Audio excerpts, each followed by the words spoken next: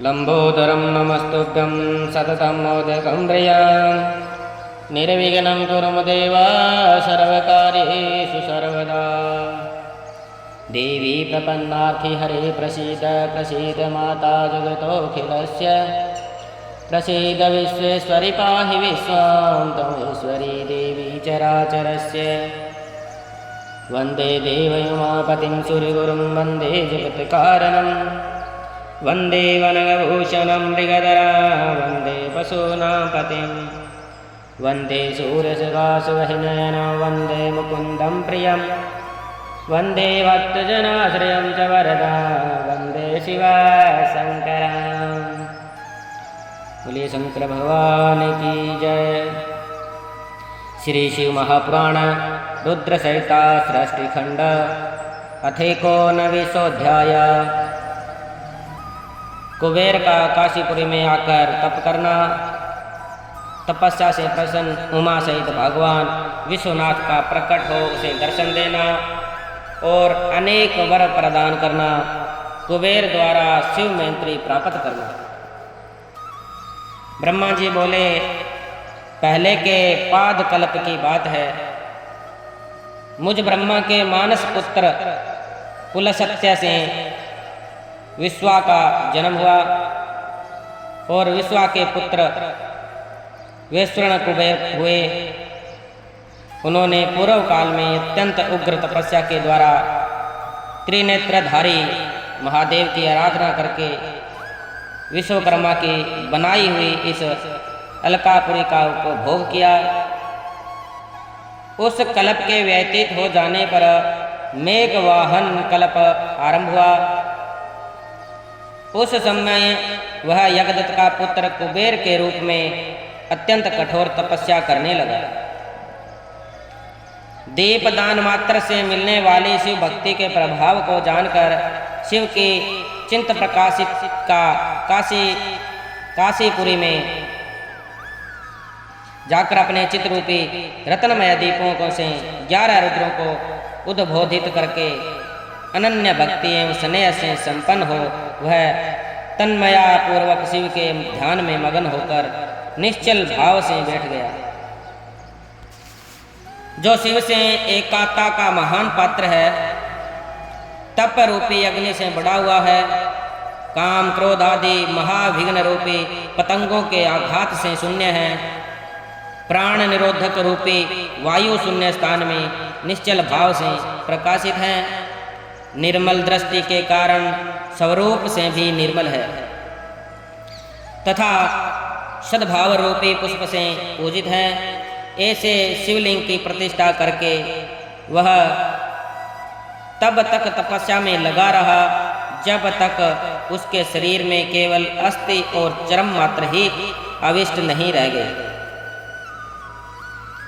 इस प्रकार उसने 10,000 वर्ष तक तपस्या की। तदंतर विशालाक्षी पार्वती देवी के साथ भगवान विश्वनाथ स्वयं प्रसन्न मन से अलकापुरी के स्वामी को देखकर, जो शिवलिंग में मन को एकाग्र करके ठूठे वृक्ष की भांति स्थिर भाव से बैठे थे, बोले, हे अलकापते, मैं वर देने के लिए उद्धत हूँ, तुम अपने मन की बात कहो।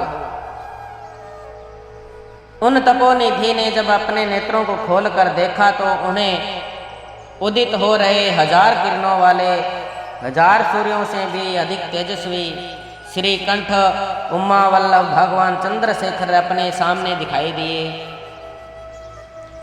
उनके तेज से प्रतिहत हुए तेज वाले कुबेर चौधिया गए और अपनी आंखों को बंद करके वे मन के लिए अगोचर देवेश्वर भगवान शंकर से कहने लगे कि हे नाथ, अपने चरणों को देखने के लिए मुझे दृष्टि सामर्थ्य प्रदान करें। हे नाथ, यही वर चाहता हूं कि मैं आपका साक्षात दर्शन प्राप्त कर सकूं। हे ईश्वर, अन्य वर से क्या लाभ है। हे शशि शेखर, आपको प्रणाम है। उनकी यह बात सुनकर देवाधिदेव उमापति ने अपनी हथेली से उसका स्पर्श करके उन्हें अपने दर्शन की शक्ति प्रदान की। देखने की शक्ति मिल जाने पर यज्ञदत्त के उस पुत्र ने आंखें खोलकर पहले उमा की ओर ही देखना आरंभ किया। वह मन ही मन सोचने लगा, भगवान शंकर के समीप यह सर्वांग सुंदरी कौन है? इसने मेरे तप से भी अधिक कौन सा तप किया है? यह रूप, यह प्रेम, यह सौभाग्य और यह असीम शोभा सभी अवधूत है। वह ब्राह्मण कुमार बार बार यही कहने लगा। बार बार यही कहता हुआ जब वह क्रूर दृष्टि से उनकी ओर देखने लगा, तब पार्वती के अवलोकन से उसकी बाईं आंख फट गई।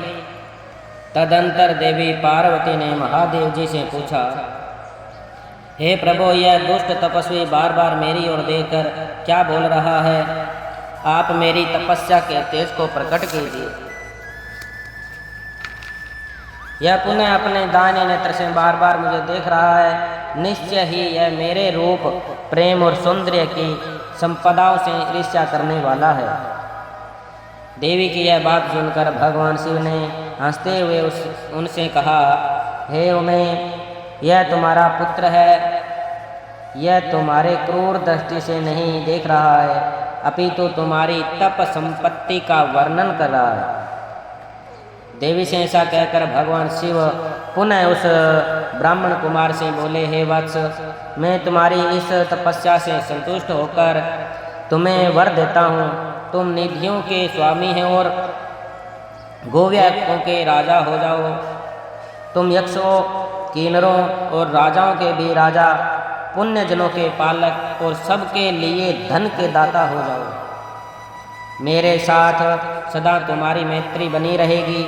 और हे मित्र, तुम्हारी प्रीति बढ़ाने के लिए मैं अलका के पास ही रहूँगा। निश्चय तुम्हारे निकट निवास करूँगा। हे महाभक्त यज्ञदत्त कुमार, जाओ इन उमा देवी के चरणों में प्रसन्न मन से प्रणाम करो। ये तुम्हारी माता है।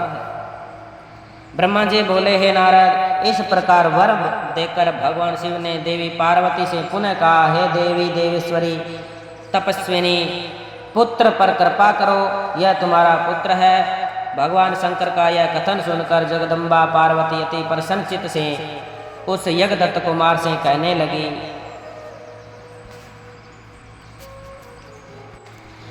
देवी बोली, हे वत्स, भगवान शिव में तुम्हारी सदा निर्मल भक्ति बनी रहे। तुम्हारी बाईं आंख तो फूट ही गई, इसलिए एक ही पिंगल नेत्र से युक्त रहो।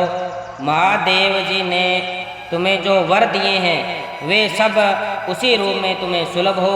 हे पुत्र, मेरे रूप के प्रति ईर्ष्या करने के कारण तुम कुबेर नाम से प्रसिद्ध हो जाओ। इस प्रकार कुबेर को वर देकर भगवान महेश्वर पार्वती देवी के साथ अपने विश्वेश्वर नामक धाम में चले गए। इस तरह कुबेर ने भगवान शंकर की मैत्री प्राप्त की और अलकापुरी के पास जो कैलाश पर्वत है वह भगवान शंकर का निवास हो गया। बोलिए शंकर भगवान की जय। इस प्रकार श्री शिव महापुराण के अंतर्गत द्वितीय रुद्र संहिता के प्रथम खंड में सृष्टि उपाख्यान में कैलाश गमन नौपाख्यान में कुबेर की शिव मैत्री का वर्णन नामक 19वां अध्याय पूर्ण हुआ। बोलिए शंकर भगवान की जय।